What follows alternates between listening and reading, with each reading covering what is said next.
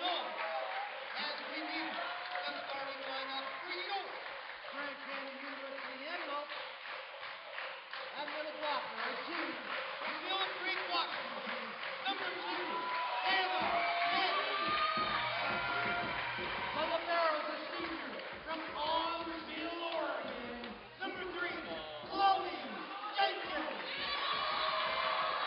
And outside hitter, junior, from Huntington Beach, California, number 5, Jordan Sanchez.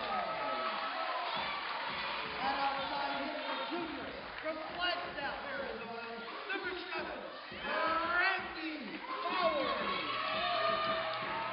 And outside hitter, senior, from Arvada, Colorado, number 8, Lee Stone. The setter is a freshman from Mesa, Arizona, number 10, the Jackrabbit, Heidi Johnson. And our middle blocker, a junior from Tucson, Arizona, number 20, Emily Christensen. Follow the assistant coaches, Jay Van Mark and Arnold Smith.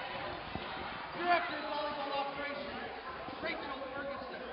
Athletic Trainer, Aubrey Carter.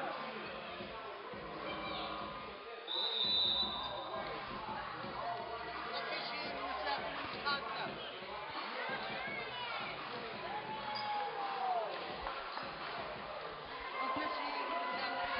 Hello and welcome inside Antelope Gymnasium for a Western Athletic Conference volleyball clash between Chicago State and Grand Canyon. I'm Fletcher Like alongside Taylor Bond for this match between the Cougars and the Lopes.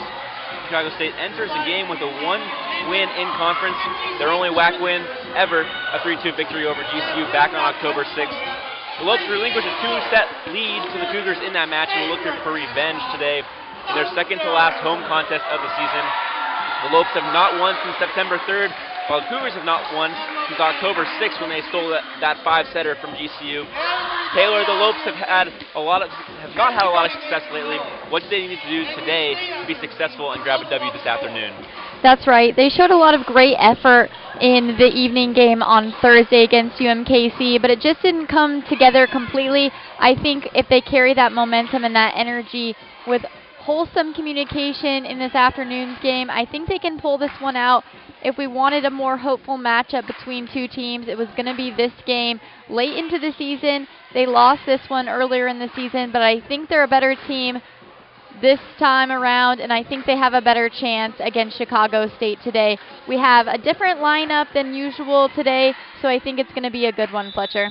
Absolutely. The Cougars are led by a 6'5" pin attacker, transferred from West Virginia, as Kelsey Smith serves in for the first serve of the match. That 6'5" pin attacker, Jenny Hadzi-Sejovic, a West Virginia transfer. She leads the team with 2.65 kills per set. Jordan Sanchez is blocked out of the back row. Now Tim Nolan decided to put in a few fresh faces in today's lineup. Emily Christensen starting today's game. What do you think his thought process was putting in a few new girls, Fletcher? Well, Emily Christensen leads the team with 1.19 blocks per set. A big frame up there at 6'4", and she's going to be able to go up and block balls to the net. Absolutely, and we saw Emily Christensen come out with a little bit more confidence in that UMKC game on Thursday, and I think that was one of the factors of him placing her in the starting lineup today. I think she'll have some great energy into this afternoon's game. And they're going to need the energy as they have not won since September 3rd, 18 in a row. The Lopes are led by Randy Powers, who gets that kill, and she's also joined by Jordan Sanchez, who entered the contest today. They entered the weekend with 148 kills this season. They're joined by Hannah Hicks, Chloe Jenkins, Lee Stonerook, Heidi Carpenter, and Emily Christensen, as we talked about, on the floor to start the match. Overpass there, and Juma Armando will put it on the floor. She leads the team for the Cougars with 212 kills coming into the weekend. Her and Hadzi-Sejovic are joined by Kelsey Taylor, Sophia Gruden, Alexandria Cliff, Megan Cliveter, and Brianna Stewart. Cougars have opened up a 3-1 victory, 3-1 lead right here as Lee Stoner gets blocked. and that increases their lead to 4-1 here early in the first set. Now these two teams round out the bottom of the Western Athletic Conference volleyball rankings for 2016. Chicago State coming in right in front of GCU actually. So like we said, this is a matchup that's going to be a good one today. It could go either way. Chicago State pulling out earlier in the season, but I think we could switch up the rankings today if GCU can pull this one out. The Lopes have had multiple 5-set losses. They had a 5-set loss to Seattle, Missouri, Kansas City, and those are two good programs in the Western Athletic Conference. Seattle up at the top of the conference with two big pin attackers for Seattle. Chicago State's opened up a 7-1 lead here, and Tim Nolan will take his first time out of the set, down 7-1 here. The Lopes need to get something going. They have 1 kill in the match, 2 attacking errors. Chicago State has 3 kills, hitting .500, as well as 2.5 blocks thus far in the match. The Lopes did not have a block in the contest against UMKC on Thursday, losing that match 3-0. The set scores 25-18, 25-20, and 25-14. Lopes ended the match with 28 kills, 39 digs, hitting at 109 for their attacking percentage. Randy Powers led the team in that match with 9 kills, hitting 182. And when you look at the statistics from Thursday's game, you see that UMKC having only 10 errors, GCU having 17, and we discuss that a lot. It's the mistakes that can lose the games, and we've seen that happen to GCU quite a bit throughout the season. They've played well, they've played strong, but they let too many errors go by, and that unfortunately cost them the game. I think that's going to be critical in this afternoon's game if they can minimize those mistakes, minimize those errors, take advantage of Chicago State's errors. They can capitalize on a victory. Chicago State enters the weekend with 567 attacking errors for the team. The Lopes entered the weekend with 410 attacking errors. And the Lopes will need to capitalize on the Chicago State errors tonight, but not expect them to be able to produce their own points, because you can't rely on the other team to give you points. And Fletcher, we have some great energy in this gym this afternoon. On Thursday, we were competing with the opening season of basketball, of course, so we had a little bit of a smaller crowd in the gym. But this afternoon, everyone's hyped, everyone's ready. A lot of great energy that the ladies can feed off from. And Dan Marley and Todd Lee and the whole entire basketball team is here today watching today's game. Over is called on Emily Christensen touching the ball before it crossed the plane of the net.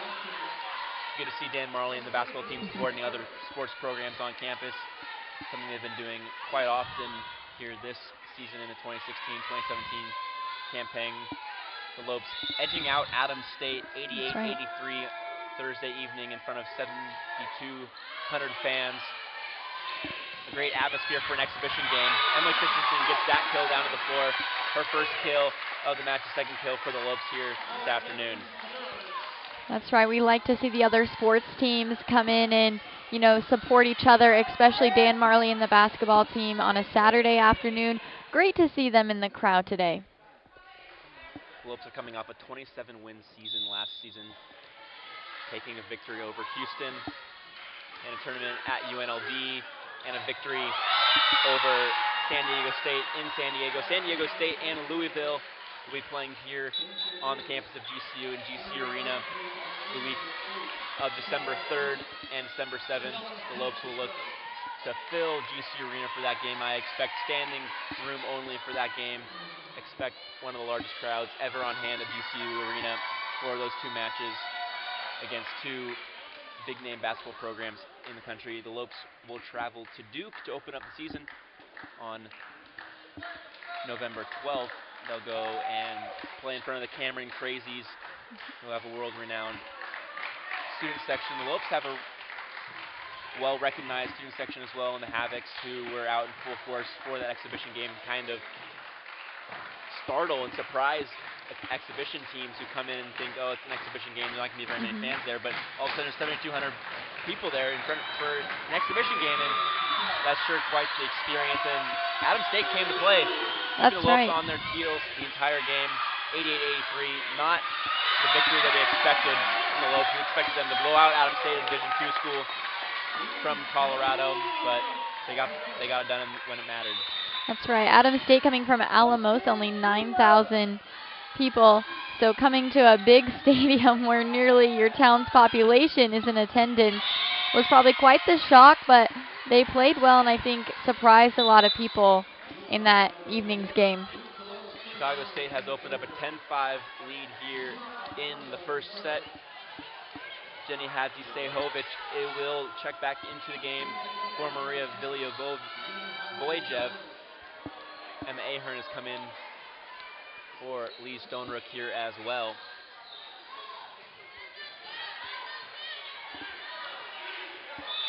Chicago State is led by Brandon Reeves, who is in his second season here for the Cougars. Slide attempt is just set over by Hannah Hicks. Net violation as well brings the Chicago State lead to 11-5. Yeah, Hannah Hicks has those poised, precise moves that she creates, and she creates good opportunities off of those sets and off of that ball contact. On Thursday night, we discussed how she tends to play a little bit more timid. We'd like to see her be a little bit more powerful and use her height as well, and I think she can bring a lot more to the team than she already does. Randy Powers back into the game. She'll play across the front row as an outside, getting substituted in the back row. Jordan Sanchez will serve. She plays all the way around. She has 13 aces on the season coming into the weekend. Hadzi-Sehovic swings through the block of Heidi Carpenter and Hannah Hicks. Opens up the lead to 6 points here, doubling the Lopes tally here in the first set. 12-6. Chicago State has 7 kills so far in the match. Only one attacking error. Good dig there by Chloe Jenkins, a senior from Amsville, Oregon, just east of Salem, Oregon, the capital of the state. Ball falls to the floor deep in the corner, and Chicago State has now opened up the lead 13-6. Men's soccer is winding down. Had senior night about a week ago. The men's team beating CSUB 2-1 in that game. Such a great year for both men's and women's soccer, being able to have a new season in a brand new GCU soccer stadium. It was exciting things for GCU soccer, and they had really a great season on both sides. Lots of national recognition on the men's side with Nikki Jackson and NCAA scores. A lot of good things to come for next year as well. Absolutely. Nikki Jackson will be a senior next year. He led the team with 16 goals, a top 5 goal scorer in the country for Nikki Jackson. Randy Powers gets blocked there by number 11, Paige Eyring, and number 7, Sophia Gruden. 14-8 lead for the Cougars. They have 2 blocks. The Lopes also have 2 blocks. 2 blocks from Emily Christensen, who gets the start today. Lee Stonerook and Heidi Carpenter also have block assists. Yeah, Paige Eyring, number 11 for Chicago State, actually a Valley local here from Mesa, Arizona.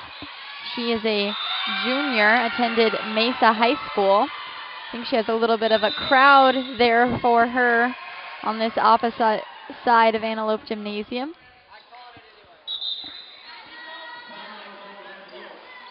Got a timeout here. Their second timeout. The Lopes have called 2 timeouts now. It's 15-8 Chicago State. The up ref was calling for a media timeout, but Tim Nolan had already called the timeouts, so it wouldn't have mattered, but Tim Nolan called it anyways here. 15-8. Lopes need to get something going here. 5 kills in the match, 2 from Hannah Hicks, 2 from Randy Powers, and 1 from Emily Christensen. Chicago State Cougars have 8 kills, 2 kills from Gruding, Cliff, and Stewart, and a kill apiece from Hadzi-Sehovic and Armando, the 2 leading killers for Chicago State. Both teams needing some offense here in the game. Mainly the Lopes hitting 182 in the contest. Chicago State's hitting 400 as a team this far in the first set. They've opened up a 15-8 lead here at Antelope Gymnasium. The theme for both of these teams, Fletcher, that I find interesting is they're kind of at the end of the season where there's nothing really to lose. Both teams on a little bit of a losing streak. Chicago has lost 8 games in a row now. GCU haven't won a game, since the beginning of their season, really. So it's kind of all or nothing, and you want to see that play come out. You want to see each individual really give everything they have, especially as the season is winding down as well.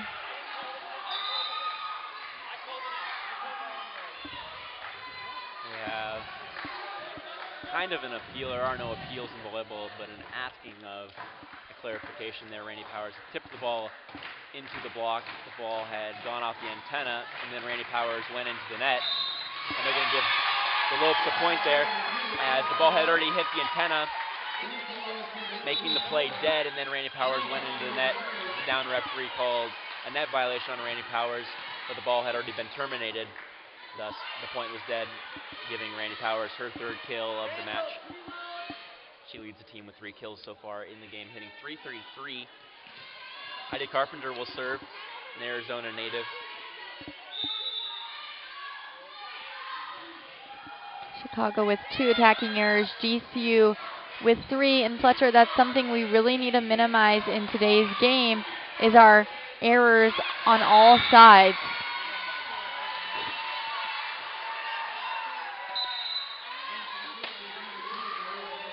Score stands at Chicago 16, GCU 9. You are unable to see it on your screen, so we'll attempt to update you as best as possible here in this first set. Of course, it is first 1 to 25 and best 3 out of 5 here in Division I women's volleyball.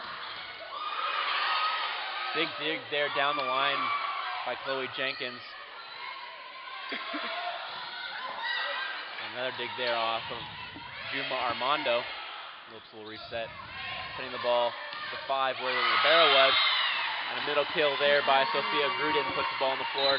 She's a freshman from Illinois. She came into the weekend with 68 kills and 26 digs as a 6'1" middle blocker as a freshman. She had a lot of power, and we're seeing demonstration of power really from both teams here early on. Good to see. Really nothing GCU could do off of that one. Lee Stoner gets a kill there. Really out of system. The Lopes really only had one option. Sarah Westerman with a platform set out to the pin. Lee Stoner made it count and put it in the deep corner where nobody was for the Cougars. And Westerman will serve now, down 17-10 here in the first set. Another big dig there from Chloe Jenkins off of Juma Armando. Net violation, and the ball was set out of bounds by the setter, Kelsey Taylor, a junior from Florida. She entered the weekend with 363 assists and 18 aces, leading the team in aces with 18. She also has 164 digs. Westerman will serve again, 17-11 for the Cougars. And Juma Armando slams it through the block yet again. Big seams on the block for the Lopes just about every single time. Unable to close there was Emily Christensen. She'll get subbed out by Maria Adams, a freshman from Washington. She comes in to the weekend with 35 kills. Played in the game against Missouri, Kansas City. Armando proving to be a big powerhouse there on the block. Very consistent hitter. We'll tend to see that, I'm guessing, throughout this game from her. Maria Adams comes in. The first contact he has is a kill off the hands of the middle blocker for Chicago State. Lopes down 6 here, 18-12. Ball swung deep into the corner by number 15, Brianna Stewart, a redshirt sophomore from Illinois. She has 40 kills coming into the weekend, the 5'10" right side. Corey Davis will go back to the line to serve. You saw that play almost accumulate out of Chloe Jenkins' serve there in a way. It was a very high, soft serve, gave Chicago a lot of time to really set something up and demonstrate a lot of power deep into the court.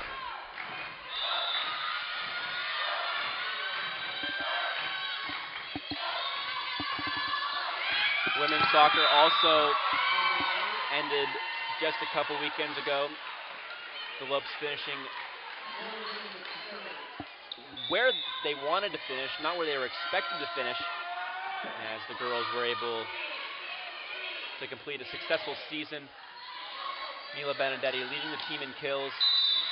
Maria Monteroso, Madison Cox, Blakely Frosch, and Mackenzie Cook finishing on the WAC second team for the women's soccer program. Most of the fall sports really wrapping up. Volleyball, one of the only ones still going. Men's and women's cross country just finished Western Athletic Conference running as well, as they were in Seattle, Washington last weekend, ending 4th on the men's side, 6th on the women's side. Men's runner Sam Proctor finishing 2nd in the WAC. Another big kill there from Juma Armando. Her 3rd kill of the set. Brianna Stewart leads the team with 4 kills. No errors for Stewart, hitting .571 in the contest.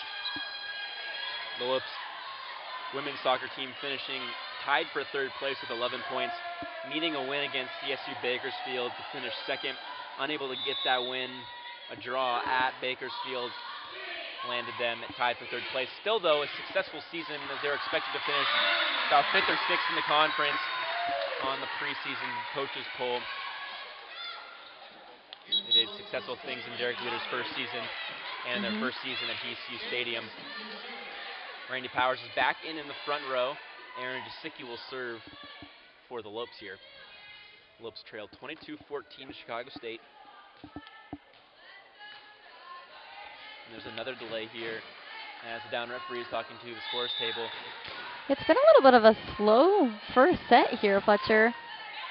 Taking nearly 30 minutes in this first set. Been a lot of, shall we say, delay of game here.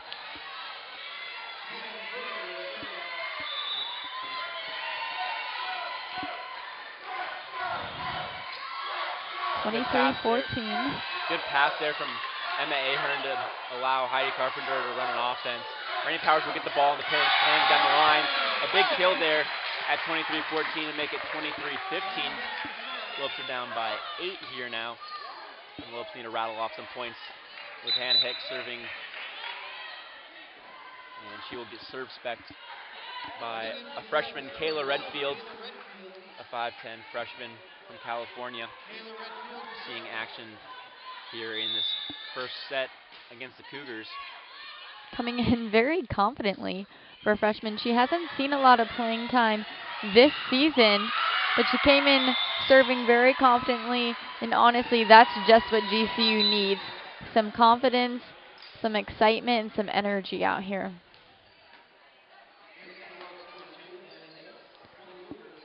Hannah Hicks coming in and out. Chloe Jenkins subbing back in. 24-15 here in the first set. Chicago gets this point. That will be the end of the first set, leading into the second set. And GCU will then have to battle back for a second set victory. And the Lopes took 2 sets to start off the match against Chicago State back on October 6th. Randy Powers gets the kill off the block to bring it to 24-16. So Chicago State going down 2-0 back in October at home in Chicago. The Lopes looking like they'll be down 1-0 here in Antelope Gymnasium to start off this match on November 5th. Maria Adams with a left-handed tip over the block. One-handed dig there by Heidi Carpenter. Chloe Jenkins tries to keep it up. Yeah. It doesn't get up, and the ball falls for a 25-16 first set victory for Chicago State. They'll take a 1-set lead into the break. We'll be right back here on GCU TV. Hi, I'm Tatum, and I'm doing a project with GCU called Finding Tatum's Purpose, and I have some questions from you guys that I'm going to answer, so let's get started. I was born and raised in Scottsdale, Arizona. Business management, but I now added a minor in marketing. Or my celebrity crush right now would probably be Dave Franco. I don't know if you could count it a hidden talent, but I can. My cousin, my sister, and I, we were the Powerpuff Girls, and so I was Blossom, and that's all the questions that we have, so thank you for watching. Having Casey Rarick and August Touchard back, it was tough losing them last year, and they're a special part of what we do, and they've done a really good job of putting themselves in a position to be back on the floor this year. So we're counting on them and just their experience and their competitiveness, and I'm excited about their year that they have back since they had a year off. Jess has done a great job, through her career here. Last year, she lost two of her court mates with August and Casey being out, and so she's kind of that lone survivor for a while in the perimeter. Teams knew that they could hone in on her and really try to lock her down and really shut down her perimeter, but she battled through that and just competed game in and game out and did a terrific job, especially with not having a lot of shooters on the floor. Alex Bloom came on late in the season to really help out in that, and she did a really good job, but Jess really now has a strong supporting cast, and we have a lot of weapons on the floor, so Jess isn't the only one, and so it's kind of nice and takes a little pressure off her. There's been a lot of just staff changes with our strength and conditioning coach, with our athletic trainer, with our director of basketball operations, and then of course just coaching staff. Crystal was playing this summer for the WNBA and the Seattle Storm, and so thankful that she had that opportunity, and then just bringing that wealth of knowledge and experience back to our program is huge. Thankful again for her experiences, and also thankful that she's back. Corey Cole had been with us for me for about 8 years, and so he got a new head coaching job on the men's side back at his alma mater. So excited for him in that. But to bring in John Markham has been a huge get for us. He's a fierce recruiter, well known in the country, doing a great job internationally as well. And so fortunate to have him on staff, and he's done a great job helping some key elements of our program get better. We're expecting special things this year. We're expecting to win a conference championship. That's our ultimate goal, and that's something that we feel like we're not far behind in that, especially with just the additions that we have this year. And every team recruits. We know that, but at the same time, we just feel like we have a great chance at what we're wanting to do. And so if we continue the trend of jumping 2 spots from where we're picked, 3-1 is hopefully that's our calling card this year.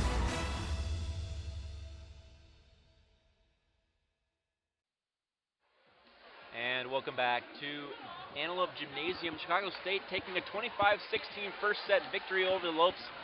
Take a 1-0 lead into set number 2. Doesn't look like there's very many changes for Chicago State here to open up set number 2. The only 2 differences for the Lopes is Aaron Jasicki and Maria Adams. They will come in for Jordan Sanchez and Emily Christensen.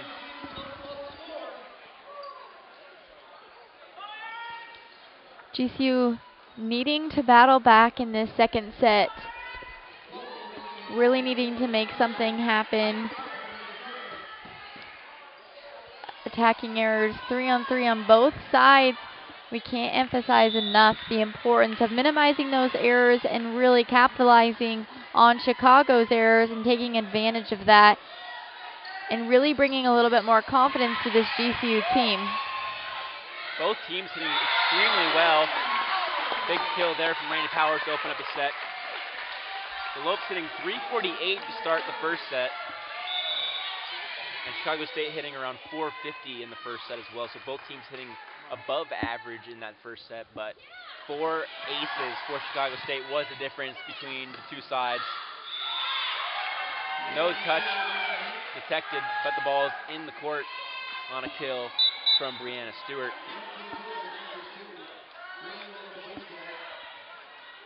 Maria Milivojev will serve for Chicago State. She comes in for Jenny Hadzi-Sehovic. That West Virginia transfer here, a senior for Chicago State. Big block there as Randy Powers kind of had a bomb set there.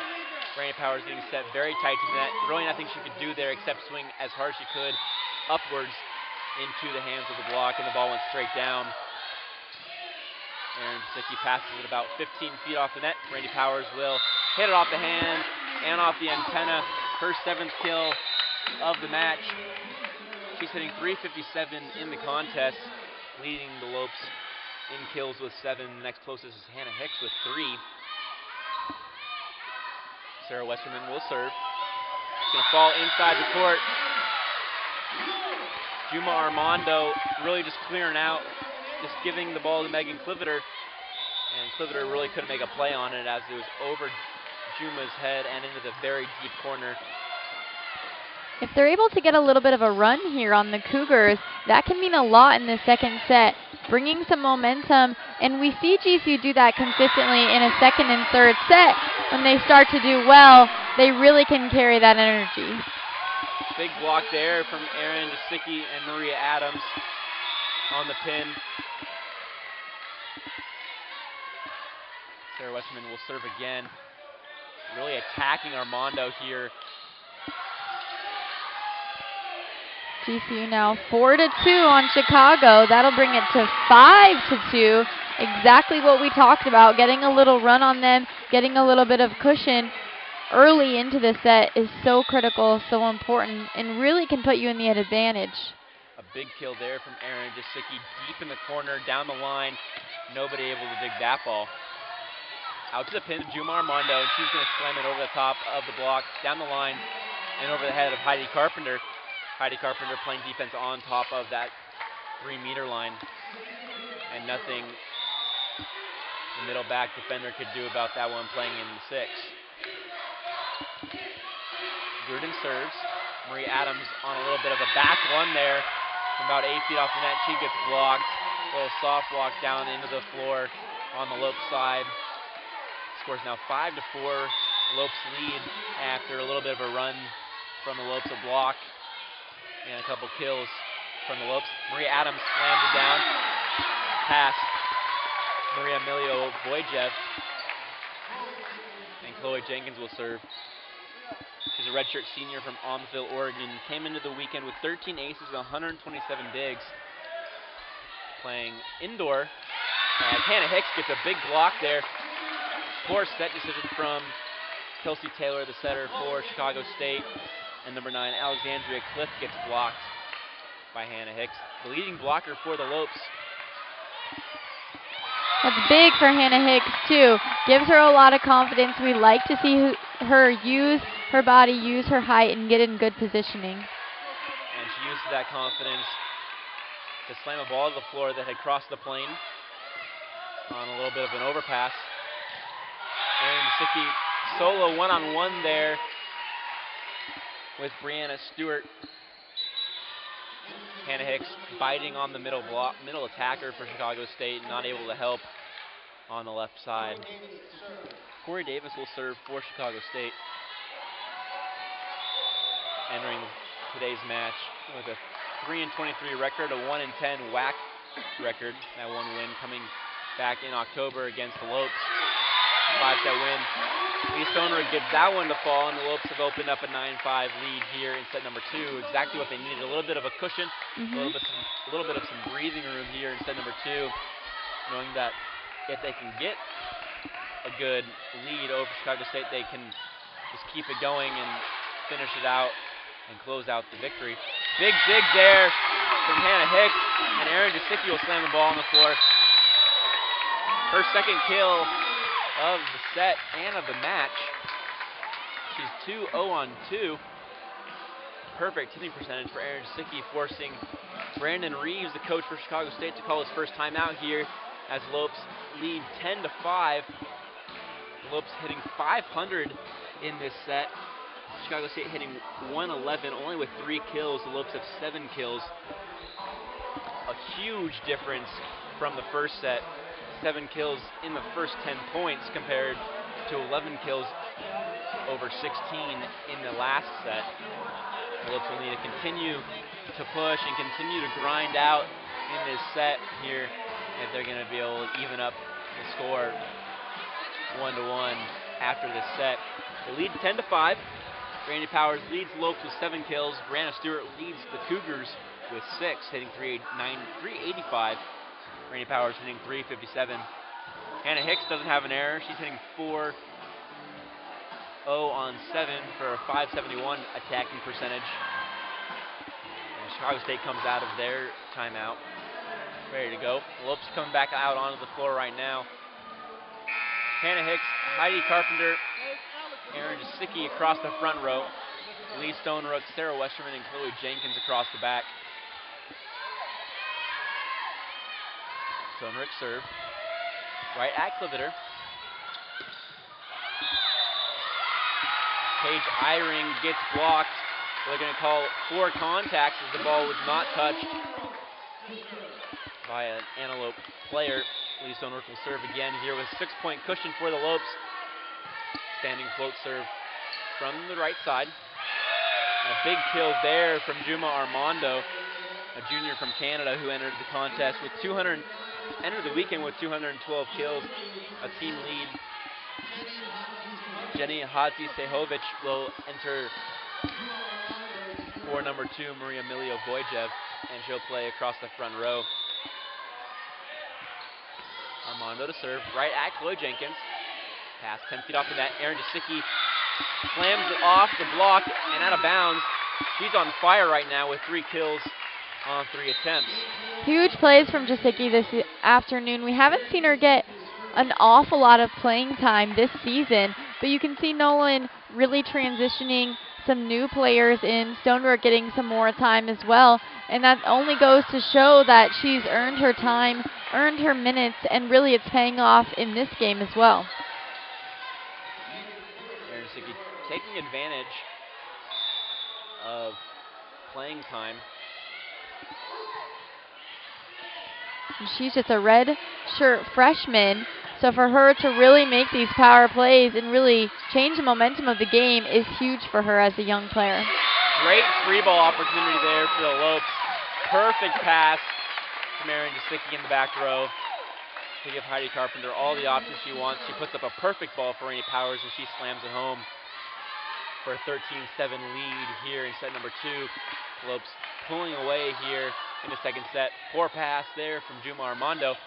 Eyring is dug out by the middle. Hannah Hicks. And then Rainey Powers gets blocked, but it's covered well by Erin Jasicki. Power tip to the deep corner by Maria Adams. No touch there. Ball off the tape. And Jenny Hadzi Sehovic has an attacking error to her name. The Lopes have a 14-7 lead here in set number 2. Coach Reeves looking a little frustrated after that call, maybe a little confused on where that was, but it was clearly poor touch for Chicago. GCU capitalizing on that disadvantage for Chicago and really getting a run here, middle of the second set. Overpass there, and Heidi Carpenter slams it down. An interesting decision here to have Hannah Hicks play defense in the 1. Most of the time if the middle hitter serves and stays on, they play defense in the 5. Lopes utilizing Hicks in the 1. Overpass again, and Marie Adams sets the ball over the block and down to the floor. And Lopes have a 16-7 lead, 9-point lead here in set number 2, forcing Brandon Reeves to call his second timeout. Lopes have played exceptionally well here in set number 2, hitting 500. 11 kills in the second set. They only have 16 points so far, the exact same amount of points in the last set and the exact same amount of kills as the last set. Lopes is playing with a lot of fire here in set number 2, playing extremely well defensively as well, covering the ball well, blocking the ball well, forcing Chicago State to make a bunch of errors. 4 errors, only 4 kills for Chicago State, hitting 0-0-0. You see Nolan making some changes as well, putting Hannah Hicks in that position allows and goes back to what we talked about earlier, really when you're at that point of the season where there's nothing to lose. Trying new things, transitioning players, putting fresh bodies in really can make a difference in the play, and as you know the game progresses, as the season wraps up, there's really nothing to lose and you can have only things to gain, and we're seeing that here in this second set with some changes, with some new bodies, and really getting this 16-7 lead on Chicago State. And the Lopes are utilizing Hannah Hicks in the 1. That's the position in the middle back left, middle back right, excuse me, if you're looking from that side of the court. Hannah Hicks will serve, and that's making the Chicago State Cougars swing from the right side, and the Lopes are utilizing a big block on the left side, which is the Chicago State right side, to funnel the ball to that right side. And then the blockers on the right side for the Lopes, the left side attacker for Chicago State, is getting funneled to attack into the 5, where the middle blocker would normally play defense if they serve, but they're putting a defensive specialist in the 5.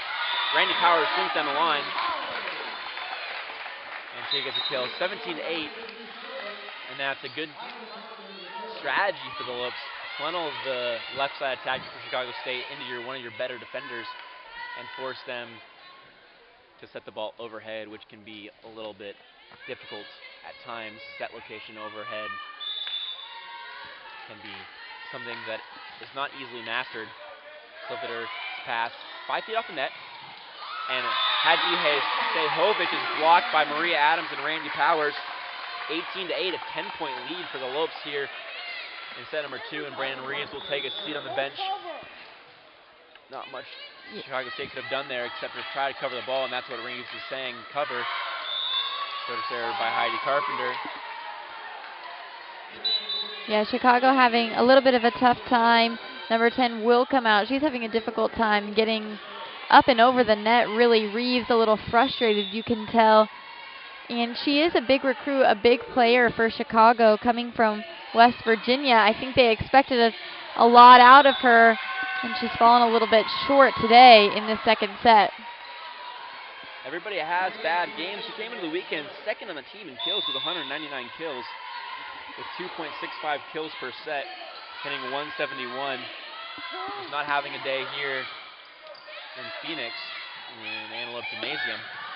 Juma Armando swings high off the hands. Aaron Jasicki's great defensive move is unable to get the ball up, however. And the Lopes have an 18-11 lead now. 10-point lead was cut down to 7 here. Set number 2. Lopes needing 7 kills to close out the set, though. Head into the break, tied at 1 apiece. Lee Stonerig gets a kill there from the left side. Her 3rd kill of the match. Randy Powers still leads the team with 9. She had 9 kills against UMKC back on Thursday, hitting 182 in that contest. She's hitting 227 here today. The Lopes have a 19-11 lead. Erin Jasicki and Maria Adams yet again on the block. 4 blocks here in the set for the Lopes. Looking to close this second set out, 20-11, just the momentum we wanted to see, just the lead gap we wanted to see from GCU. Hopefully they can sustain that after the second set break.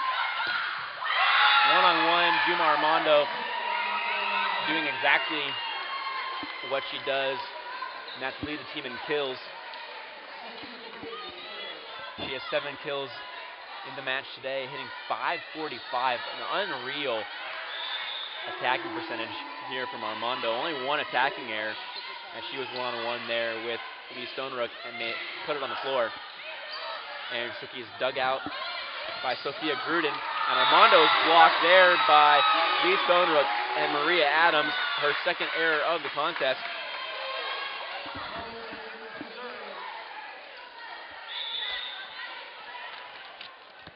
Chloe Jenkins to serve.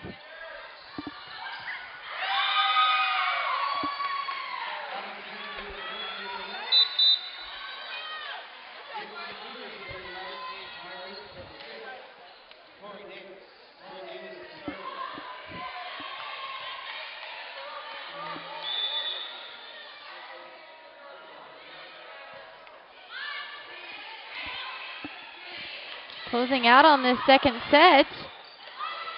GCU doing just as we hoped they would, playing with a little bit of transition here, looking well.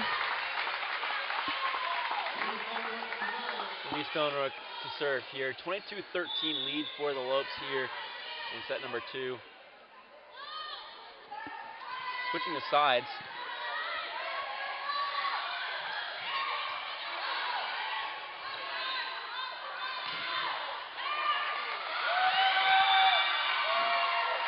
Chicago picking up that point. 22-14 lead here for the Lopes. Juma Armando will serve. Jenny Hadzi-Sehovic will enter back in the front row. Heidi Carpenter will set the ball over. Hadzi-Sehovic will swing through the seam. That was created by Heidi Carpenter and Hannah Hicks down to the floor. Great dig attempt there by Sarah Westerman, but the ball floors.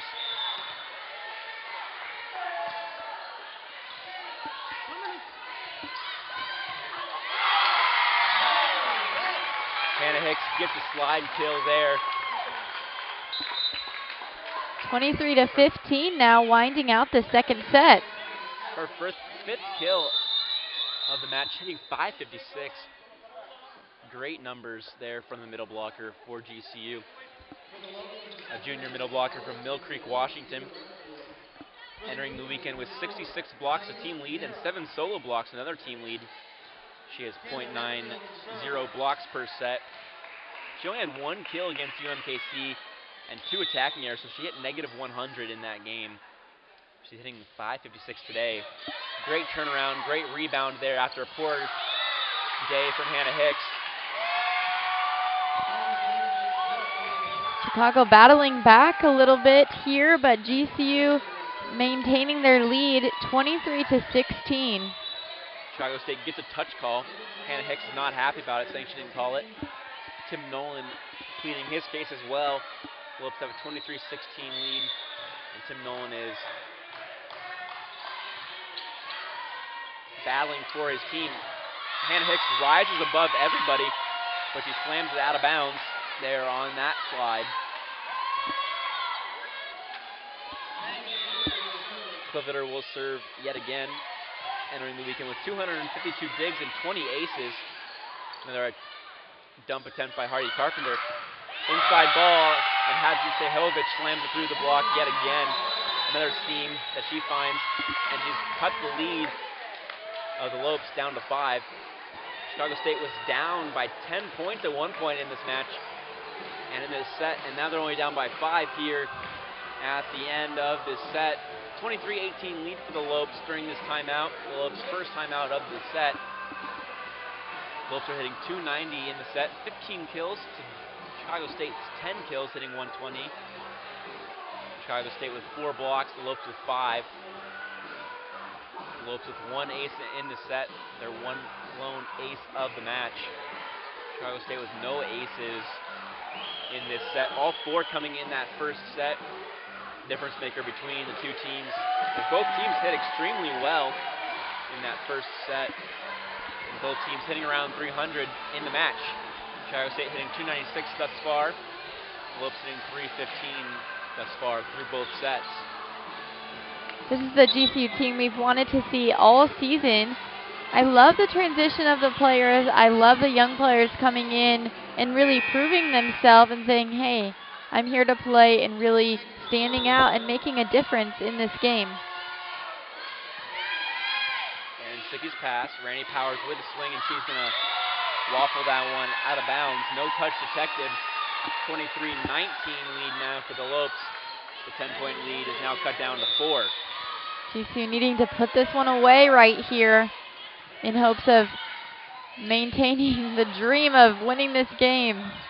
Great pass there from Emma Ahern. And Hannah Hicks is dug out. And then Hadzi-Sehovic gets the kill off the hands. The lead is now 3 for the Lopes.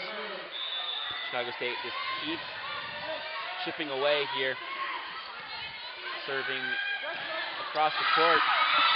Randy Powers gets a kill there off the block. Looked like he was going to fall in the Lopes side of the court, but it just goes long. And Randy Powers gets the kill off the hands of the block. Big power there from Randy Powers. Hannah Hicks will serve. She'll run across the court and play in the 1. Kill there from Sophia Gruden. It's 24-21 now.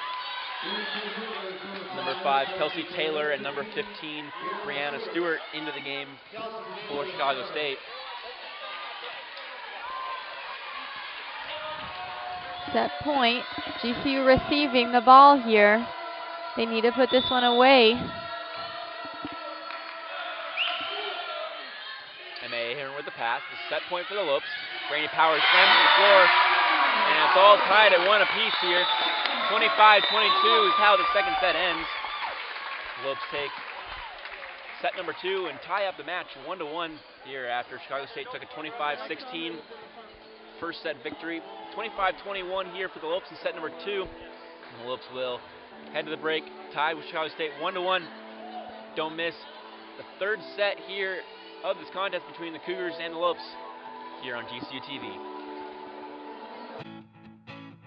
Grand Canyon University is in the midst of a historic transformation that is creating positive, inspirational changes in the lives of its students, faculty, staff, and local community. From its humble beginnings in 1949 as a small teachers' college to today, GCU has transformed exponentially. GCU's beautiful campus in the heart of Phoenix, Arizona, is home to 9 colleges, over 200 academic programs, and more than 17,000 of the best and brightest traditional students. Growing up in Phoenix, I can remember the 70s and the days of Bayard Forest and the basketball and listening to the NAIA tournament, and you go in the 80s and the baseball, and it was fun because, you know, at those times Grand Canyon was playing ASU and they had a great baseball program as well, and we were going head to head. So this is like a national progression for us from a NAIA to a Division II, now to Division I. We had established a reputation as a Division II school athletic program. We won 2 Directors' Cups in a row.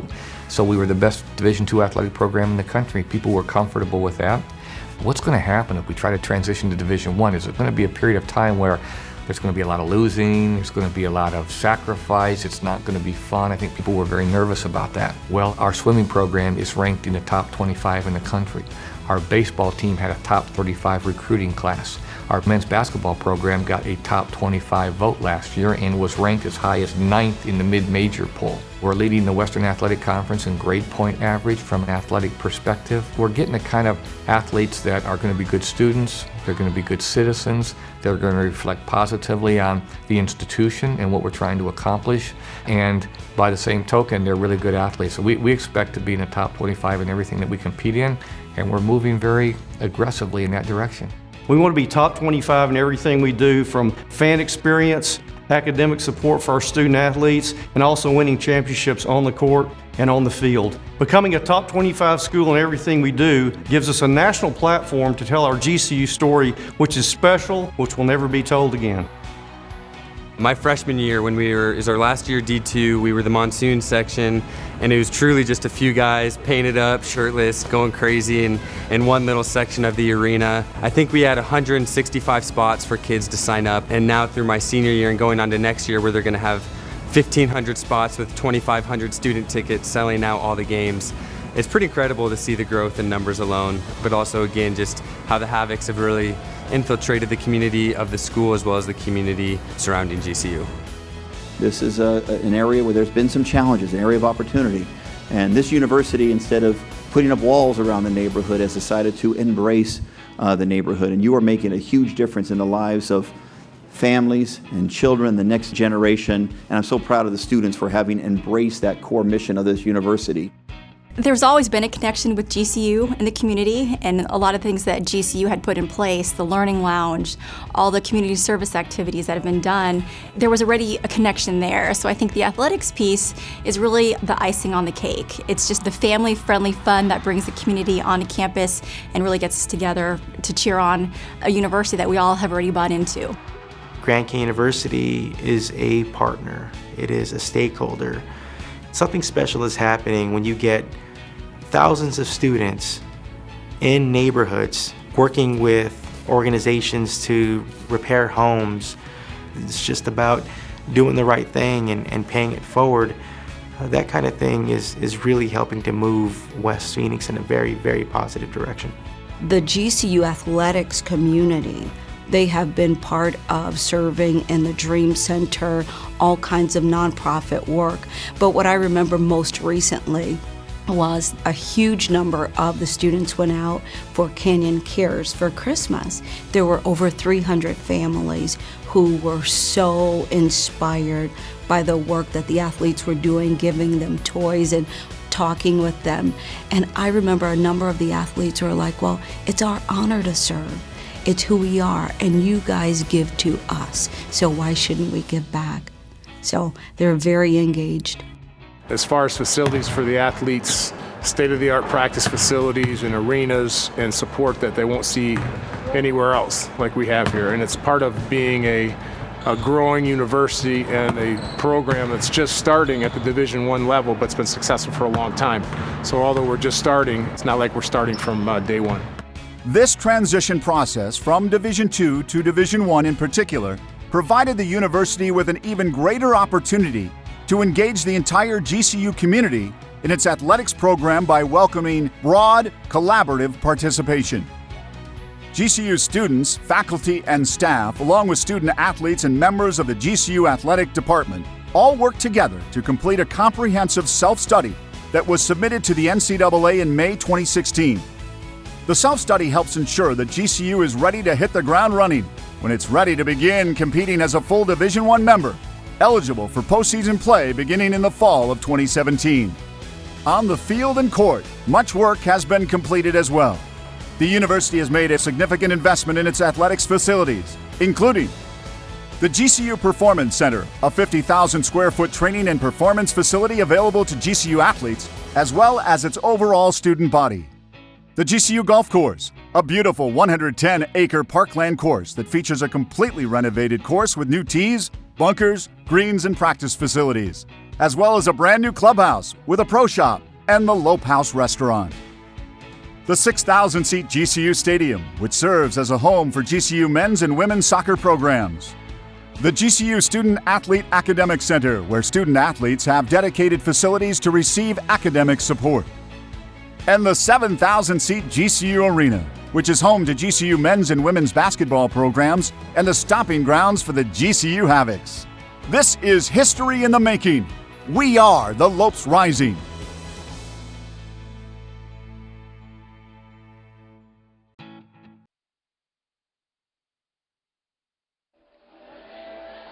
And that was a little transition video. GCU's Division I transition video as they're in their final year of the GCU Division I, Division II transfer, Division II to Division I. Lopes and Chicago State tied at one set apiece. Chicago State taking the first set 25-16. Lopes taking the second set 25-21. Stay right here, and we'll be right back here on GCU TV for the third set. Hi, I'm Tatum, and I'm doing a project with GCU called Finding Tatum's Purpose, and I have some questions from you guys that I'm going to answer, so let's get started. I was born and raised in Scottsdale, Arizona. Business management, but I now added a minor in marketing. Or my celebrity crush right now would probably be Dave Franco. I don't know if you could count it a hidden talent, but I can. My cousin, my sister, and I, we were the Powerpuff Girls, and so I was Blossom, and that's all the questions that we have, so thank you for watching. Having Casey Rarick and August Touchard back, it was tough losing them last year, and they're a special part of what we do, and they've done a really good job of putting themselves in a position to be back on the floor this year. So we're counting on them and just their experience and their competitiveness, and I'm excited about their year that they have back since they had a year off. Jess has done a great job, through her career here. Last year, she lost two of her court mates with August and Casey being out, and so she's kind of that lone survivor for a while in the perimeter. Teams knew that they could hone in on her and really try to lock her down and really shut down her perimeter, but she battled through that and just competed game in and game out and did a terrific job, especially with not having a lot of shooters on the floor. Alex Bloom came on late in the season to really help out in that, and she did a really good job, but Jess really now has a strong supporting cast, and we have a lot of weapons on the floor, so Jess isn't the only one, and so it's kind of nice and takes a little pressure off her. There's been a lot of just staff changes with our strength and conditioning coach, with our athletic trainer, with our director of basketball operations, and then of course just coaching staff. Crystal was playing this summer for the WNBA and the Seattle Storm, and so thankful that she had that opportunity, and then just bringing that wealth of knowledge and experience back to our program is huge. Thankful again for her experiences, and also thankful that she's back. Corey Cole had been with us for me for about 8 years, and so he got a new head coaching job on the men's side back at his alma mater. So excited for him in that. But to bring in John Markham has been a huge get for us. He's a fierce recruiter, well known in the country, doing a great job internationally as well. And so fortunate to have him on staff, and he's done a great job helping some key elements of our program get better. We're expecting special things this year. We're expecting to win a conference championship. That's our ultimate goal, and that's something that we feel like we're not far behind in that, especially with just the additions that we have this year. And every team recruits. We know that, but at the same time, we just feel like we have a great chance at what we're wanting to do. And so if we continue the trend of jumping 2 spots from where we're picked, 3-1 is hopefully that's our calling card this year.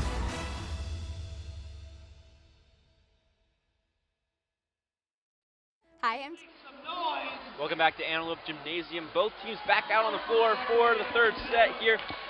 As the match is tied 1 set apiece between the Cougars of Chicago State and the Antelopes of GCU. Both teams with the exact same amount of kills through this match and the exact same amount of errors. The only difference maker on the hitting percentage is that the Chicago State Cougars have only swung 56 times and the Lopes swung 58 times. Very even affair thus far, and that's why the score is 1-1. Randy Powers will get the first kill of the third set off the hands of Kelsey Taylor trying to dig that ball. The setter for Chicago State. This is exactly what we had kind of predicted, Fletcher. Was a very mirrored game, a very back and forth game.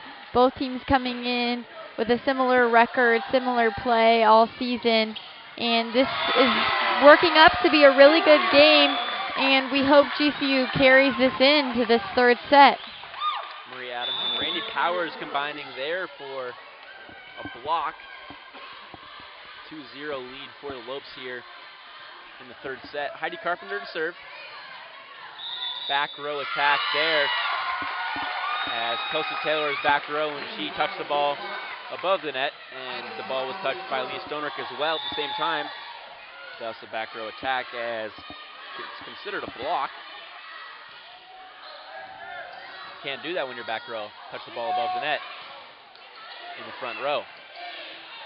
Chicago looking a little flustered on that last play there, but managing to get it over and keep the game in play. Brianna Stewart with the kill there.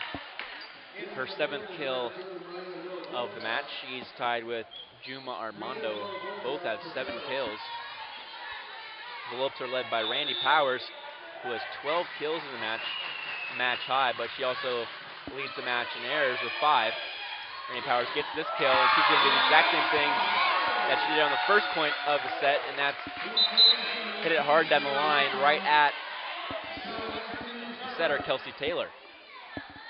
Taylor is a junior from Florida who has 363 assists in the season. Sarah Westerman serves at Juma Armando, who is out of bounds. She still played that ball. Sophia Gruden will get that kill out of the middle off the hands of Sarah Westerman and Chloe Jenkins. On the offensive side, they've done well individually and together, working on good effort and good ball movement. We want to see that communication between the ladies as well. They've worked on it all season, kind of coming together in the UMKC game, even though they dropped that game. But we're seeing it more this afternoon as well. Erin Jasicki down the line, dug out by Kelsey Taylor. Brianna Stewart will roll shot one over the top of the hands of the block, and it will fall just inside the 10-foot line. A little bit of a beachy attack there. Just a little bit of a roll shot. Really making a name for herself in this game, though. Getting a lot more time in this third set. Getting great contact and really making great opportunities to score. Chloe Jenkins will serve. She's the libero here this afternoon.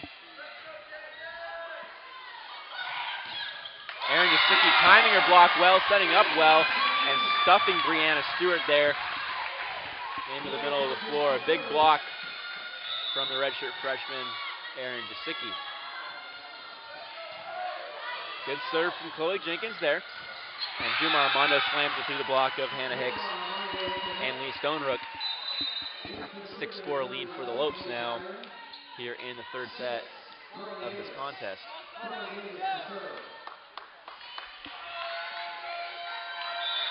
The ladies really proving themselves in these last 2 sets, carrying a lot of momentum. I think due to the fact with some transition of new bodies and a little bit more confidence, we're seeing a really well-developed team that we haven't necessarily seen all season, Fletcher. And that's due to multiple different reasons, but new faces in the lineups due to injuries, due to poor play. Natalie Tardy going down, Mariah Colley going down, Kyra Moss going down. A lot of injuries for the Lopes, and not the anticipated season that the Lopes had going in this year, with a lot of juniors on the team who had been in the program for a while. New coach in Tim Nolan in his first year after coming over from USC, the associate head coach there. From the floor, Heidi Carpenter sets a back slide to Hannah Hicks. She's going to do it again. A little bit off the tape, but Hannah Hicks makes it work. Some poor volleyball digging from Chicago State on that one. Randy Powers will enter back into the game for Sarah Westerman, and Kayla Redfield will enter the game for Erin Desicki.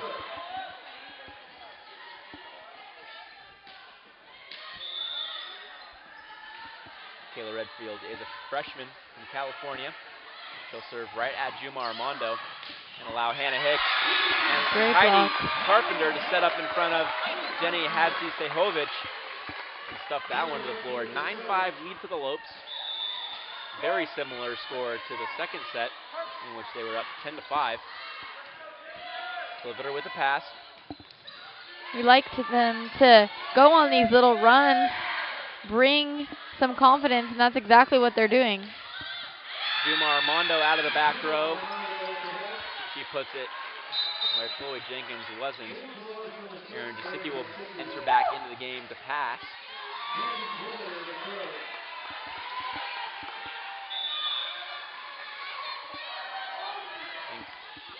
Serve from Sliviter is into the net. The Lopes have a 10-6 lead here in set number 3. We haven't seen them lead a lot of sets throughout the season in general, so this is a little bit of a change from their usual play, and it's good to see, and they're building off of that. Big solo block from Maria Adams there. And now it'll force the Cougars to call a timeout. Tim Nolan looking very pleased by the ladies, nodding his head at them, telling them good work, good effort, something he's wanted to see from them all season long, and it's building late into the season. And we talk about that too, Fletcher, building for the future and how young this team truly is. We forget about their youth and their lack of experience, but that is going to build into next year, and I believe they will have a much stronger season next year. Lopes definitely looking to bounce back after this year's season, and after last year's season where they only won 7 games last year. And Tim Nolan has been brought in to turn this program around, and the Lopes will look to do that. And it's going to take time. It doesn't just happen overnight, and the Lopes will look to improve on this 4-19 record that they have right now. Got a few other GCU sports in action today. We actually have the women's tennis GCU Invitational Tournament going on campus. It's a brand new tennis court just east of campus. Also men's swim and dive at the Air Force Academy in Colorado Springs. Heidi Carpenter digs number 7, Sophia Gruden, and then Randy Powers gets a kill off the hands. Her 14th kill of the match high 14 kills. A great game here from Randy Powers this afternoon. She led the team in kills on Thursday, with 9 kills. Heidi Carpenter digs number 11, Irene. Big dig there from the middle, Hannah Hicks. Randy Powers is dug out by Juma Armando. Erin Desicki digs out Juma Armando. Randy Powers covers herself. Randy Powers rolls it over the tape. And then Hadzi Sehovic is dug out by Emma Ahern. Great effort there from Heidi Carpenter, run all the way across the floor. Fans are getting excited here. Eyring is going to get the kill after Emma Ahern couldn't react fast enough. They made a lot of great adjustments in that little volley. You saw Powers really recovering quickly from herself and then seeing the transition of her momentum needing to tip that one over, creating an opportunity of the back and forth play. A lot of great effort from both sides there. Emma Ahern is aced there as she tried to pass that ball with her hands, and it just fell to the floor.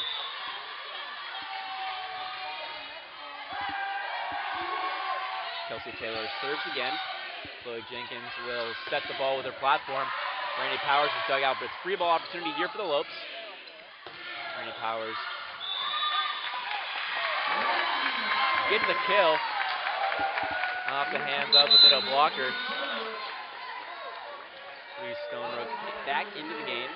She'll play across the front row as Emma Ahern exits, and Heidi Carpenter will serve here, the setter in the back row. Hadzi Sehovic with the pass, sets herself up, and she'll get the kill cross court, right back at Heidi Carpenter for the kill. 13-9 lead for the Lopes here in set number 3. One set deadlock here at Antelope Gymnasium. Lopes are hitting 389 in the second set. No attacking errors for the Lopes here in the set. Big dig there from Erin Jasicki, but it's going to go out of bounds, and it's going to be a kill for Juma Armando.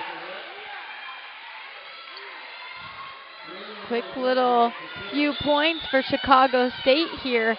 GCU needing to regain a little bit of composure, get themselves together, and keep this lead in their hands.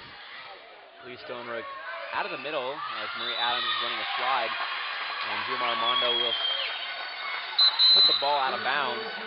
Her third error of the contest. She's still hitting over 400, 11-3 on 21.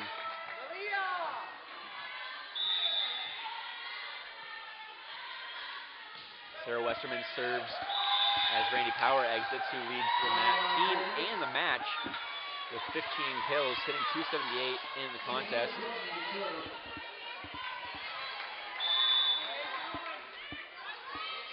Bruden will serve. And Zippy the pass. Lee Stonerook out of the middle. So then switch and play it and block from the right side. Good pass and dig from Chloe Jenkins. And Zippy gets the ball to fall to the floor. And Maria Milivojjev couldn't get that ball up. Hannah Hicks re-enters and Chloe Jenkins will serve for Maria Adams. And Chloe Jenkins is a fun story. Came in 2012 as a freshman. She redshirted that year. She came in as a setter. She gets an ace there. Chris Neighbor, the head coach before Tim Nolan took over, having her play setter. She redshirted. She's another setter her redshirt freshman year, and then she decided to purely play on the beach team. She played on the beach team, finished out her eligibility there, and then came back and decided to play one last season of indoor, as she still had years of eligibility left on the indoor team. Now Chloe, a very all-around player, like you said, playing beach and then transitioning back into indoor. She has a lot of speed. She has a lot of good volleyball IQ, having, played in that transition as well. We've seen her really execute and mature her play. And going from setter to playing libero can be very difficult. As Chloe Jenkins now has to pass to the libero. Setters don't pass in upper level volleyball. They just set the ball, play defense, and if they need to, swing on an overpass. But now that she played beach, she's coming back in as more of a defensive specialist rather than a setter, using that defensive ability that she learned on the beach courts here in indoor, and she's been doing that very well. She has 127 digs coming into the weekend, 1.59 digs per set, and she also has 13 aces coming in to the weekend. She has an ace here today, so the number is above 14 if she had any aces yesterday. Blake Jenkins with this pass. Perfect pass for Columbia Jenkins. Hannah Hicks on a little tip from the slide. And then Hadzi Sehovic is blocked by Heidi Carpenter and Hannah Hicks. Great setup on the block there by the Lopes. They have 11 blocks in the match. Excuse me, now 12. They didn't have any on Thursday. That's a big turnaround. A big regroup defensively. I'm sure they worked on that in practice on Friday, as they've been able to turn this around and throw up 12 big blocks, 5 in this set. 5 of their 18 points coming from a block. Eyring is dug out there by Emma Ahern, and Rainey Powers will roll it at Juma Armando. That goes to show the importance of the defensive side as well. No blocks on Thursday night, you know, and dropping that game really in essence, and turning around and playing such a different game this afternoon. We're seeing a completely different team, and a change in effort really goes to show the defensive side, the defensive effort, and how crucial that is really in capitalizing in a victory as well. Free ball opportunity here for Chicago State. They'll send it out to Hadzi Sehovic, and she'll put it in the deep corner.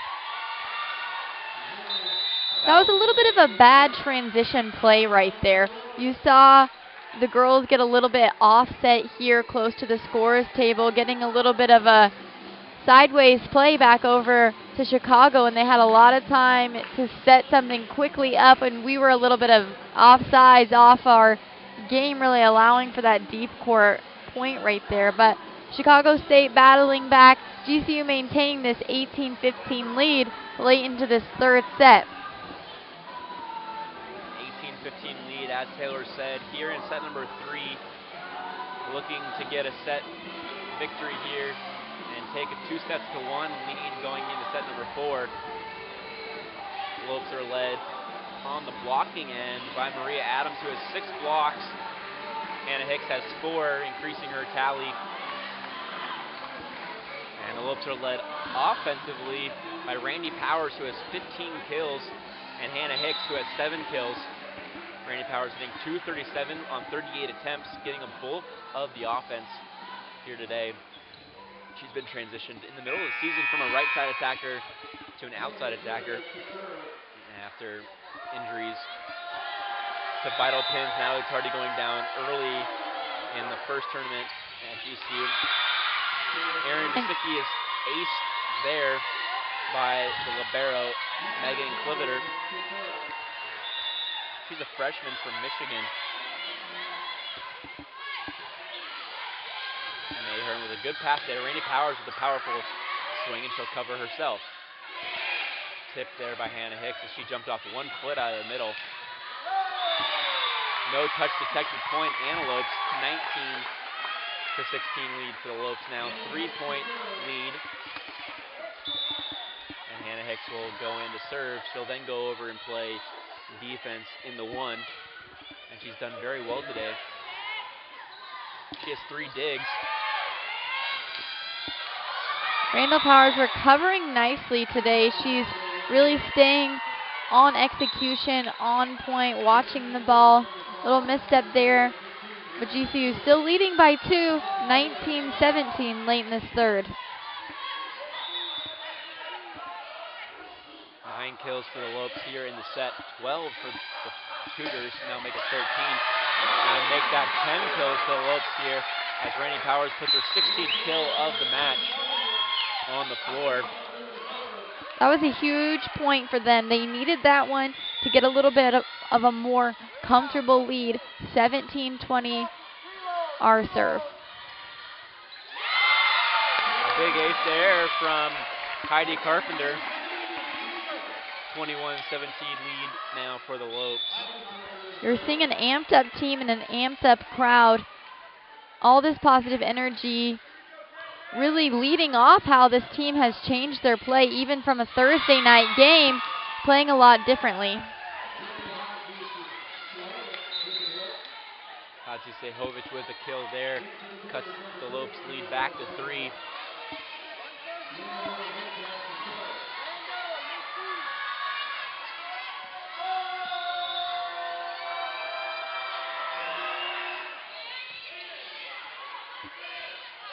Rainey Randy Powers with the swing again.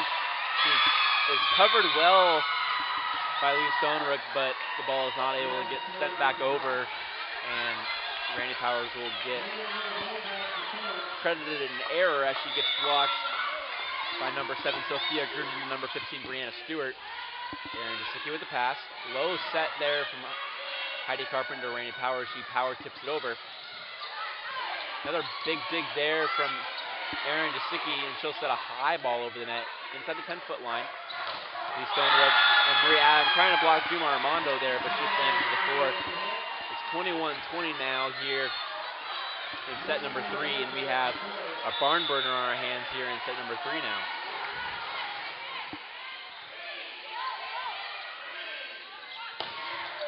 Lee Stonerook, big swing off the middle. Sophia Gruden off her inside hand, and it goes out of bounds. Sarah Westerman will serve for the Lopes. 22-20. Lopes have this one in their advantage if they can close out this third set. It's going to be tough, though. Chicago is not letting this one go easily. They're not going to let it slip up, and they will battle back until the end. 22-21 now. This next play is critical.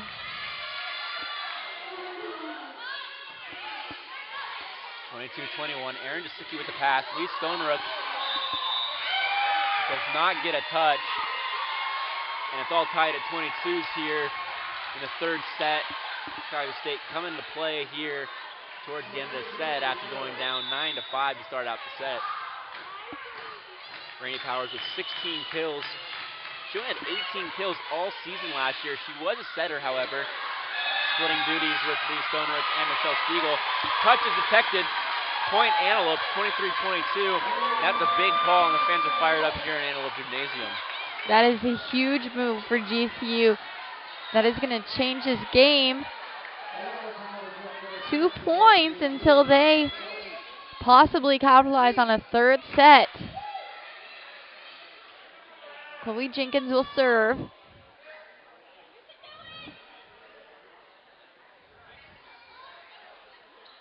Another little delay of game here. We've seen that a few times today's game. Coach is getting a little upset with the referee's calls this afternoon. But it will be GCU point. And that is an ace for Chloe Jenkins. Chloe Jenkins wants to end her senior season on a high note. And that would include a win here today and hopefully a win against Benedictine on senior night. Chloe Jenkins will serve 24-22. Jummer Armando is blocked. Wow. Hannah Hicks, Lee Stonerook coming to play. Sending it to set number 4.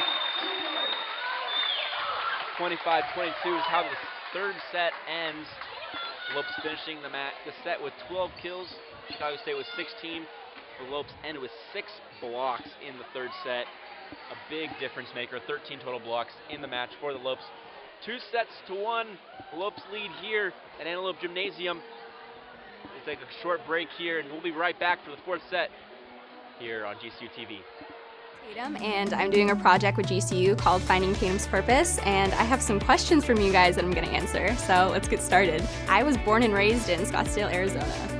Business management, but I now added a minor in marketing. Or my celebrity crush right now would probably be Dave Franco. I don't know if you could count it a hidden talent, but I can. My cousin, my sister, and I, we were the Powerpuff Girls, and so I was Blossom, and that's all the questions that we have, so thank you for watching. Having Casey Rarick and August Touchard back, it was tough losing them last year, and they're a special part of what we do, and they've done a really good job of putting themselves in a position to be back on the floor this year. So we're counting on them and just their experience and their competitiveness, and I'm excited about their year that they have back since they had a year off. Jess has done a great job, through her career here. Last year, she lost 2 of her court mates with August and Casey being out, and so she's kind of that lone survivor for a while in the perimeter. Teams knew that they could hone in on her and really try to lock her down and really shut down her perimeter, but she battled through that and just competed game in and game out and did a terrific job, especially with not having a lot of shooters on the floor. Alex Bloom came on late in the season to really help out in that, and she did a really good job, but Jess really now has a strong supporting cast, and we have a lot of weapons on the floor, so Jess isn't the only one, and so it's kind of nice and takes a little pressure off her. There's been a lot of just staff changes with our strength and conditioning coach, with our athletic trainer, with our director of basketball operations, and then of course just coaching staff. Crystal was playing this summer for the WNBA and the Seattle Storm, and so thankful that she had that opportunity, and then just bringing that wealth of knowledge and experience back to our program is huge. Thankful again for her experiences, and also thankful that she's back. Corey Cole had been with us for me for about 8 years, and so he got a new head coaching job on the men's side back at his alma mater. So excited for him in that. But to bring in John Markham has been a huge get for us. He's a fierce recruiter, well known in the country, doing a great job internationally as well. And so fortunate to have him on staff, and he's done a great job helping some key elements of our program get better. We're expecting special things this year. We're expecting to win a conference championship. That's our ultimate goal, and that's something that we feel like we're not far behind in that, especially with just the additions that we have this year. And every team recruits. We know that, but at the same time, we just feel like we have a great chance at what we're wanting to do. And so if we continue the trend of jumping 2 spots from where we're picked, 3-1 is hopefully that's our calling card this year.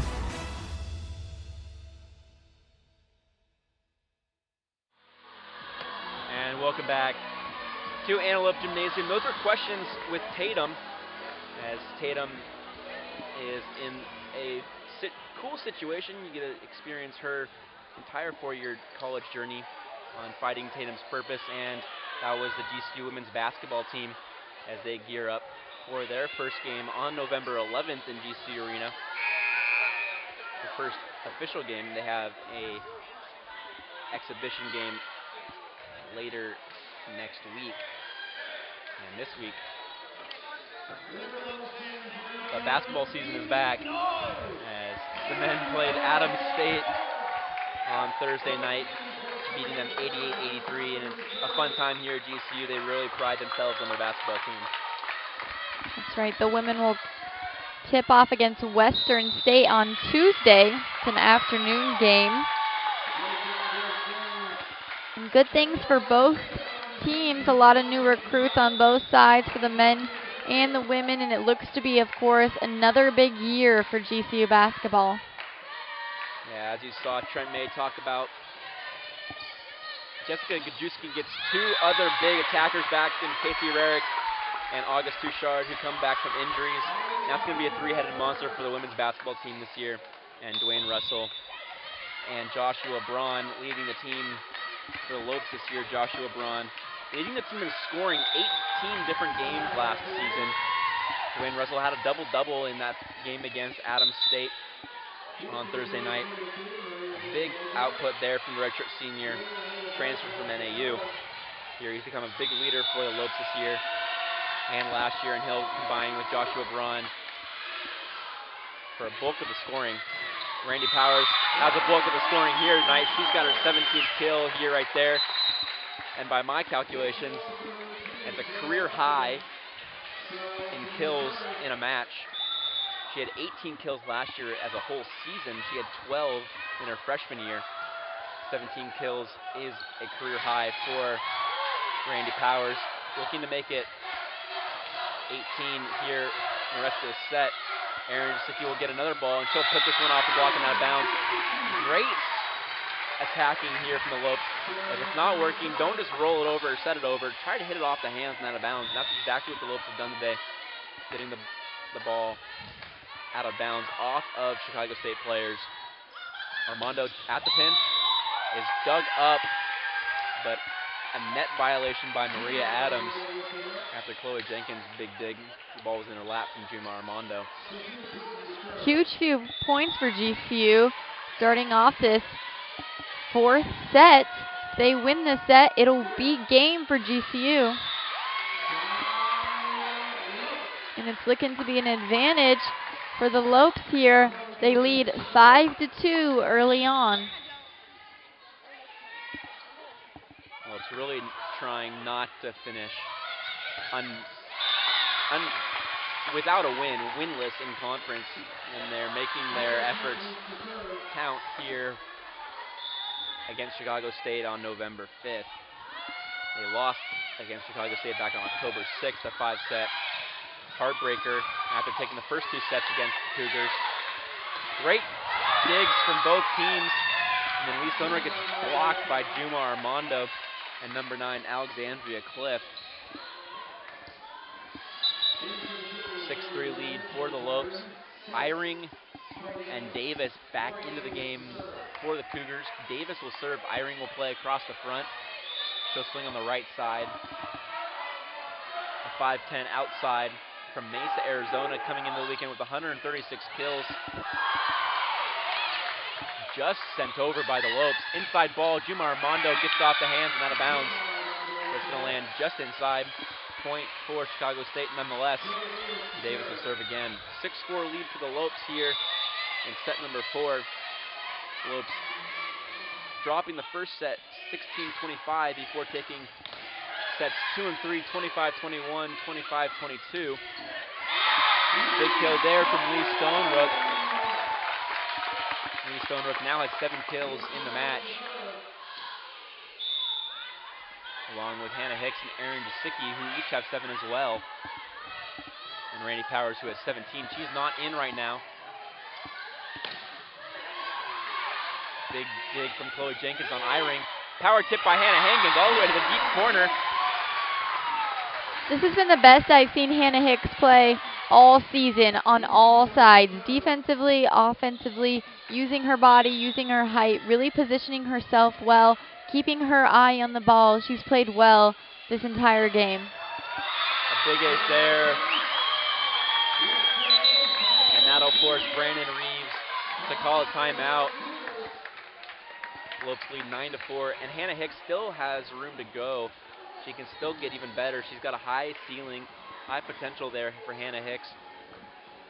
A lot of offensive ability on the slide, and if she can create a second attack option out of the middle of the floor instead of a slide to the back of the setter, she could really become an offensive threat. She's already a defensive threat, leading the team in blocks, and she could really do dangerous things offensively in her senior year if she can materialize an offensive threat through the middle of the floor on a 1-ball or a 31 ball or a push.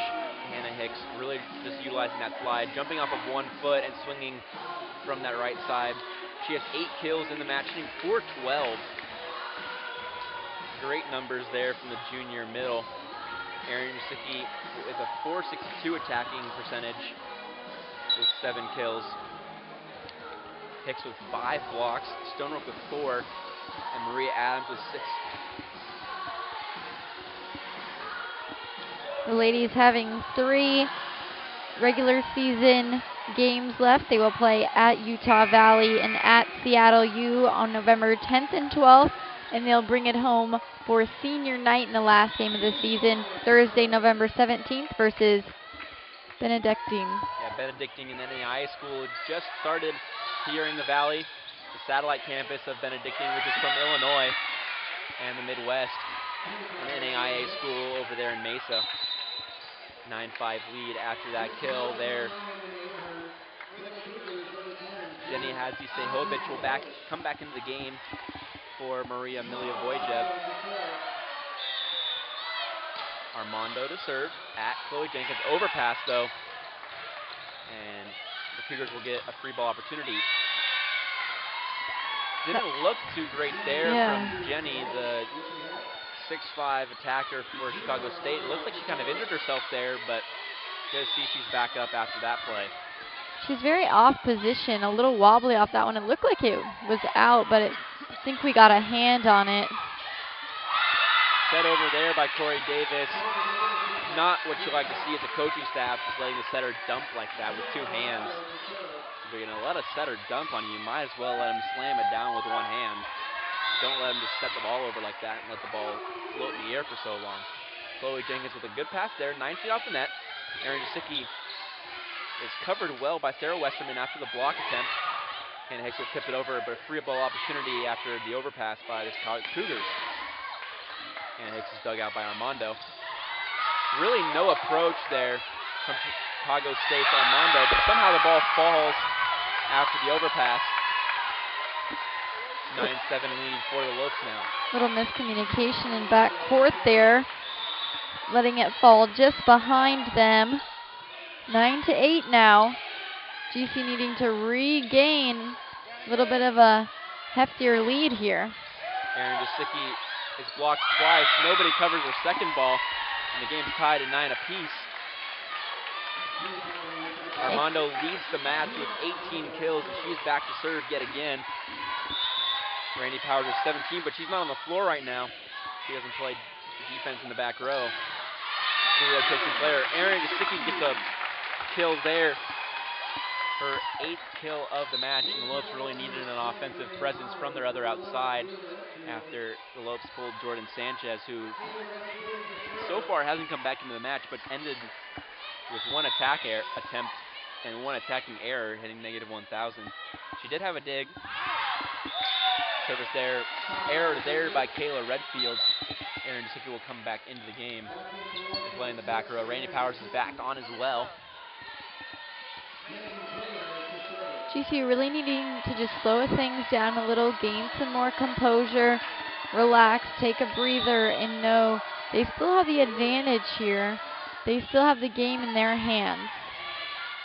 Randy Powers, 18th kill of the match. She only had 18 kills all season last year. She was a setter, splitting time with Lee Stonerook and Michelle Stiegel, but a career high of kills for Randy Powers. A great performance here by the junior outside with 18 kills today. She's really starting to open up and mature her play a little bit. She's getting some more confidence. She's getting stronger as a player and as an individual, and that's really starting to show out on the court.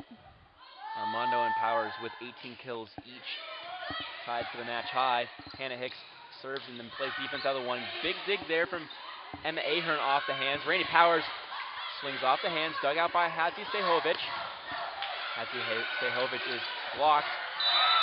Net violation there by Maria Adams. Point for Chicago State makes the game 12-11 here in the 4th set.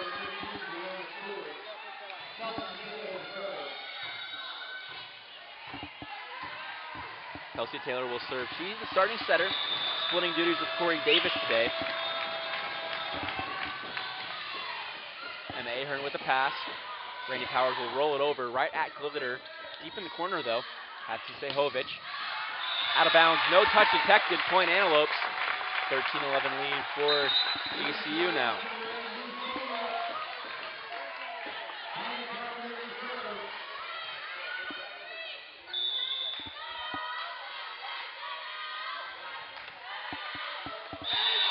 Ace there for Heidi Carpenter. That's a big ace there from the freshman setter, making this one 14-11. Regaining the advantage here. Heidi Carpenter with a big serve for GCU. Hatzisehovic on the right side this time, and Brianna Stewart will swing out of bounds. Another error here in the set, their 5th attacking error of the set. 15-11 lead for the Lopes. The crowd sticking around for this one, Fletcher. A lot of energy here still in Antelope Gymnasium on a Saturday afternoon. GCU point, 16-11, starting to gain that little bit of a depth, a little bit of more of a lead here.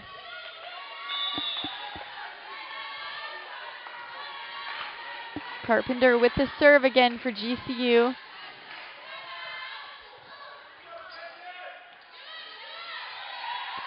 Little tip in right there. That's going to bring Chicago up to 12. We'll still have a 4-point lead, however, and we'll rely on Randy Powers. But she's not on the floor right now, coming back off. Erin Jasicki, Lee Stonerook. Randy Powers is on the right side right now. Lee Stonerook is dug up by Kliviter. Communication error there by Lee Stonerook and Randy Powers on who's going to block on the right side. Randy Powers got a good touch on the ball. Lloyd Jenkins with the dig. Randy Powers with a kill. 19 kills for Randy Powers. An unbelievable game for her tonight, Fletcher. What has been the change with her energy and with her play in today's game? She's come out with a fire today, and she's been doing good things. Things have been happening well. She's been seeing the block well offensively. She's getting good sets from Heidi Carpenter, and she's putting them away. Double touch there from Kelsey Taylor. Point Antelope, 18-12 lead to the Lopes, 6-point advantage. And that'll force Brandon Reeves to call his second timeout of the set. Down by 6 here in Antelope Gymnasium. The Lopes looking to close this one out and get their first conference win of the season. And their first win since September 3rd. Not the season the Lopes have expected.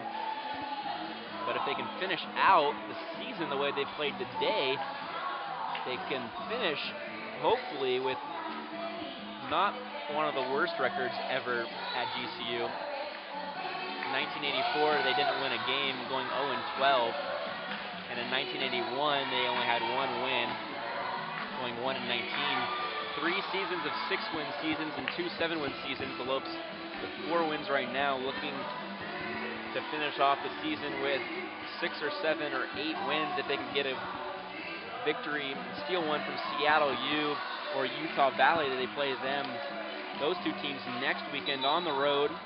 They'll start the road trip at Utah and then finish it off at Seattle. They'll then come back home for senior night, play Benedictine at home, an NAIA school from Mesa, Arizona. Chicago State will head back home to cap off their season. They play New Mexico State and then UT Rio Grande Valley in the coming weeks, and then we'll head into Western Athletic Conference tournament. Big dig there by Sarah Westerman on Gruden. Free ball opportunity for the Cougars. Armando hits off the hands and out of bounds, point for the Cougars. Juma Armando, a match lead, 19 kills. She's tied with Randy Powers for 19 kills. Randy Powers hitting 255. Armando hitting over 350 after this kill. Gets into the stat monitor. Erin Desicki off the hands. Touch is detected. Erin Desicki with her 9th kill of the match. Really making herself known in today's game. Like we said, she hadn't gotten a lot of minutes prior to this game, honestly. Redshirt freshman. She'd only played in 3 games coming into tonight's game, and she'd only had 1 kill ever. She has 9 in 1 game. That's she's insane. Come off the bench, hitting 368 for the Lopes. Erin Desicki with a career-high 9 kills this far. Only playing in 4 contests all season long. Wow. Great coming out for Erin Desicki. She's taking advantage of some playing time that she didn't really expect to see this season. But with Melody Horton and Natalie Tardy, Mariah Colley going down, 3 other outside, she's taking advantage of it, and she's put 9 balls on the floor. She's a Valley local as well from Chandler, Arizona, right here in the Valley. So nice to play in front of her home crowd, I'm sure, and her family as well. 19-15 lead, 6 points away from a victory here. Hannah Hicks swings big. That's a big girl swing there from Hannah Hicks off the middle blocker's hands and out of bounds. 5 points away from their first conference win here at home. 20-15 lead over Chicago State. And I'm sure that Tim Nolan has told his team that they need to behave as if they were a winning program, not act as if this was a fluke. Juma Armando out of the middle, dug out by Chloe Jenkins. Good reactions there from the redshirt senior. Erin Desicki in double-digit figures now. She's got 10 kills in the match. What a performance from the redshirt freshman outside. A career high for Erin Desicki, only playing in her 4th contest ever, coming into today's game with 1 kill all season long. Chloe Jenkins with a dig and a free ball, but a big error there by the middle blocker, number 9, to Alexandria Cliff. East Owenwood will serve. 22-15, 3 points away from their first win since September 3rd. A big win for the Lopes here in conference against Chicago State. Juma Armando dug up there by Sarah Westerman. Erin Desicki in transition, off the tip, 11 kills, wow. Erin have a day, and Randy Powers have a day. Randy Powers with 19, and Erin Desicki with 11. They ate their Wheaties or something today, Fletcher. They're looking so powerful, with a lot of confidence, dominating these last 2 sets. Hiring covered there by Maria Milivojev. Armando is covered by Kliviter. And then Armando will send it out of bounds. 1 point away from their first conference win. Everybody's on their feet here in Antelope Gymnasium. Match point for the Lopes. And we haven't said match point for the Lopes since September 3rd. We have what not. What a fun feeling to say here in Antelope Gymnasium. Lee Sonrook with the serve. Armando with a swing. She's blocked, but it goes out of bounds.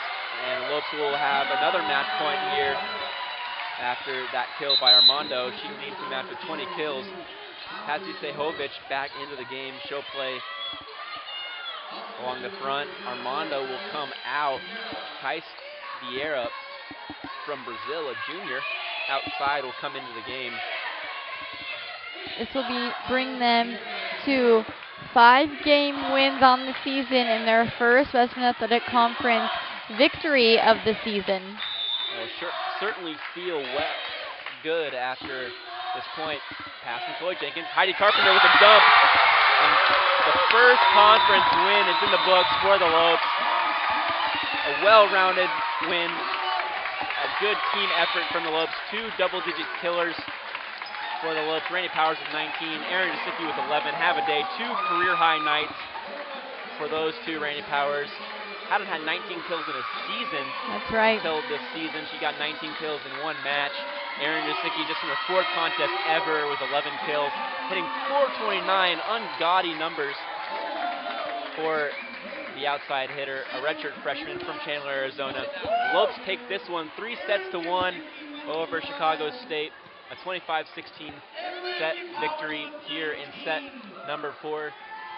We knew if it was going to happen, it was going to happen today, Fletcher. Of course, these two teams came in 7th and 8th in the conference, knowing they had similar records, similar matchup. GCU pulled ahead, got their redemption from losing early on into the season to Chicago State. They played so well. This is some of the best play we've seen from all individuals, from some of our freshmen, from Randy Powers having a dominating game, one of her best career games that we've seen from her, and such a great win for the Lopes, really capitalizing on their rough season, bringing in a win late into the season, Fletcher. The Lopes ends the weekend with a win. They'll go on the road to Utah Valley and Seattle next weekend before coming home for senior night against Benedictine University. The Lopes take a 4-set victory over Chicago State. 3-1 here from Antelope Gymnasium.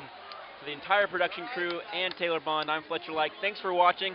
Don't forget to follow us on Twitter, Facebook, and Instagram, and subscribe to our YouTube channel at youtube.com/GCU. Have a great afternoon, everybody. Enjoy your Sundays. Go Lopes.